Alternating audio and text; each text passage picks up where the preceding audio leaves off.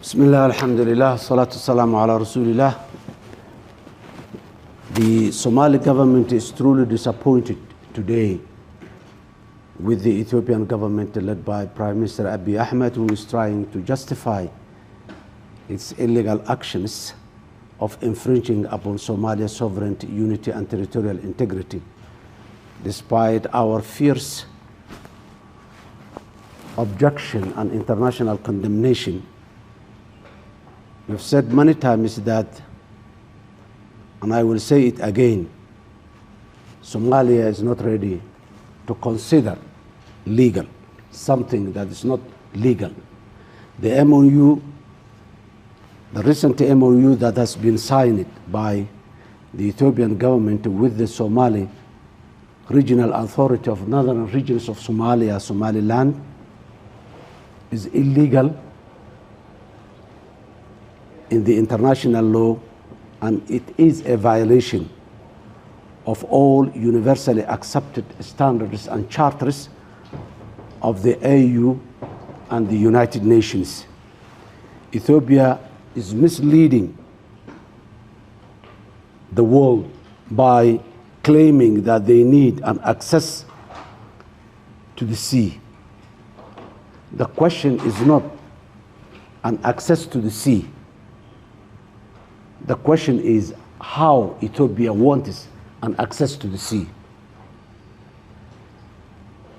Somalia has said many times, and we again repeat it again, we are ready to provide access, but we want to provide access to our coastal areas by Ethiopia the way Uganda accesses the sea to Kenya and Tanzania, the way Rwanda accesses the sea, the way Burundi and South Sudan accesses the sea, the way the 16 African countries that are landlocked accesses to the sea.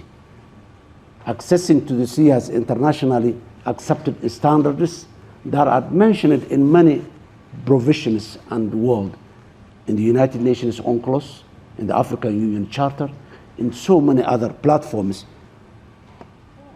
The accession of the sea, and all those countries who are landlocked and has access to the sea through their neighboring coastal states, they do not pursue an annexation of part of those countries to their country. The MOU that Ethiopia signed with this regional authority is nothing more than an accessing part of Somalia to Ethiopia and changing the borders of Somalia. Somalia has categorically objected that. In another incident that I would like to shed light on is what has happened this morning here in Addis Ababa.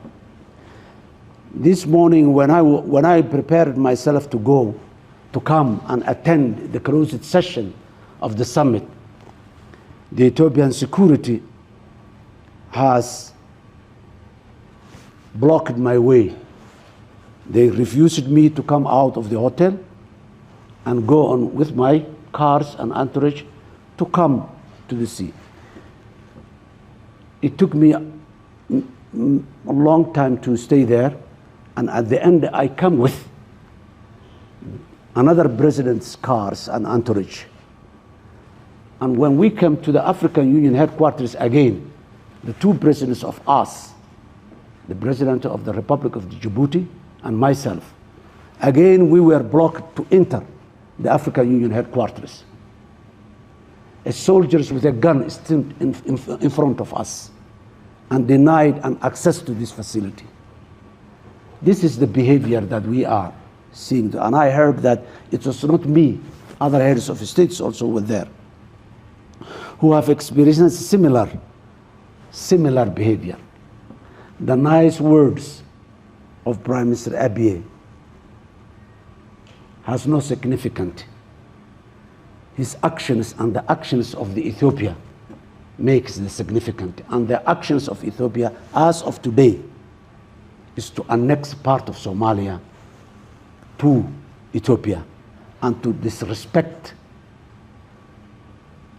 the African Union Summit participants are me. So the question is now, how Africa can be seen as an emerging power by being part of the G20 and many other forums, when some members of the African Union, of the African continent, are not respecting the very principles that the African Union has established in its founding. Somalia, as a founding member of the African Union, we do not deserve that treatment from the country that hosts the African Union.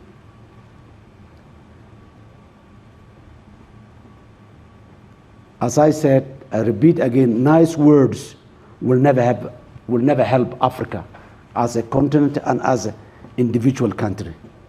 And seeking an individual hegemony by one country in Africa will not help that country and in Africa, particularly using the nice face of the African continent.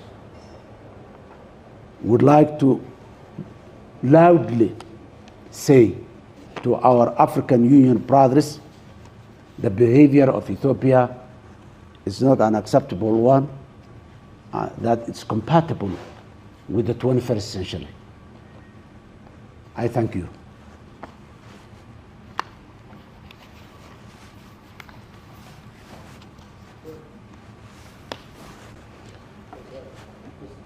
Yes. How do you explain that Ethiopia chose to sign that memorandum of understanding with Somalia and not with the Republic of Somalia? Did they approach you before that and ask you to have a deal with them? No. A couple of months ago, we heard from the media that the Prime Minister of Ethiopia, Abiy Ahmed, saying that we will have an access to the sea by peaceful means or by forceful means. And I personally asked him, what do you mean, Mr. Prime Minister, by forceful means? He never gave me an adequate answer. All he said was, no, we are not going to fight, we are not going to war, we are not going to attack or do anything against Somalia. Ethiopia has 5 neighboring coastal states, from Sudan, Eritrea, Djibouti, Somalia, Kenya. So they have ample of opportunity to access to the sea. But Ethiopia does not want to access, is not looking for access to the sea. They are looking to annex a territory. How, on what rationale it is in the 21st century that a country goes to local authority and sign with them a territory, they call it the corridor, and sign with a regional authority, naval base, and sign with a regional authority with how this is susceptible in it. The intention, the wording of Ethiopia and the intention of Ethiopia are quite different. I would like to emphasize and say it again and again. Ethiopia wants to annex part of Somalia.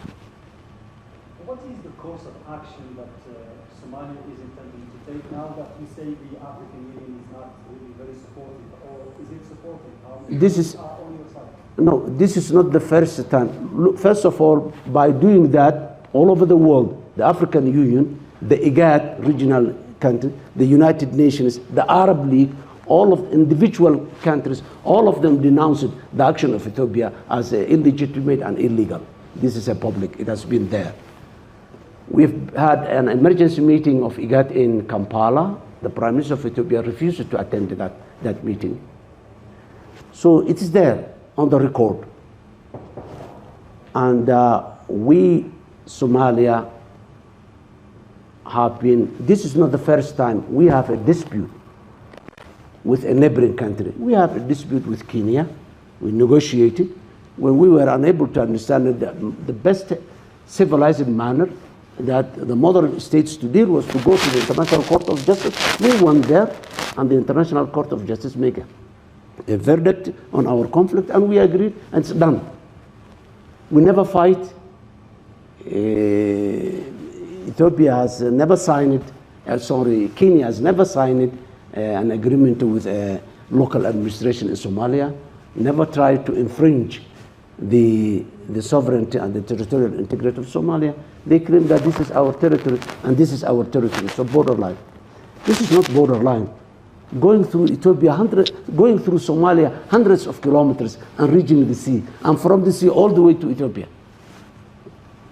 Finally, are you open to negotiations, and is there any effort being deployed here during this summit to create a kind of rapprochement or a meeting between you and the No, nothing tangible is there other than the words that Prime Minister Abiy said. As of now, I'm speaking to you, there are senior military officers in Somaliland preparing the ground for Ethiopia to go in.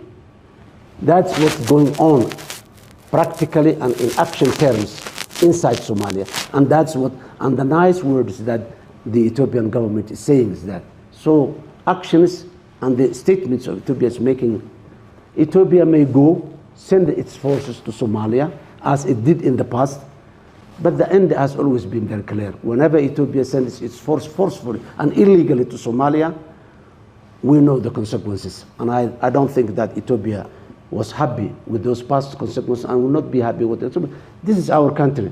Even if it takes centuries, we will not concede or we will not accept what Ethiopia is doing. Yes? Mr. President, you just mentioned what Ethiopian Prime Minister said. Do you expect a war between Ethiopia and Somalia? No, Somalia has only one war, and that war is against Al-Shabaab. Ethiopia, by signing these MOU, it has become an opportunity for Al-Shabaab. Al-Shabaab was in a position where the Somali community was not allowing to recruit new forces. Now, with this, Al-Shabaab has got a platform and a claim that they are going to defend Somalia. They are going to defend the territory of Somalia. And my government, they are blaming that this government cannot defend the territory.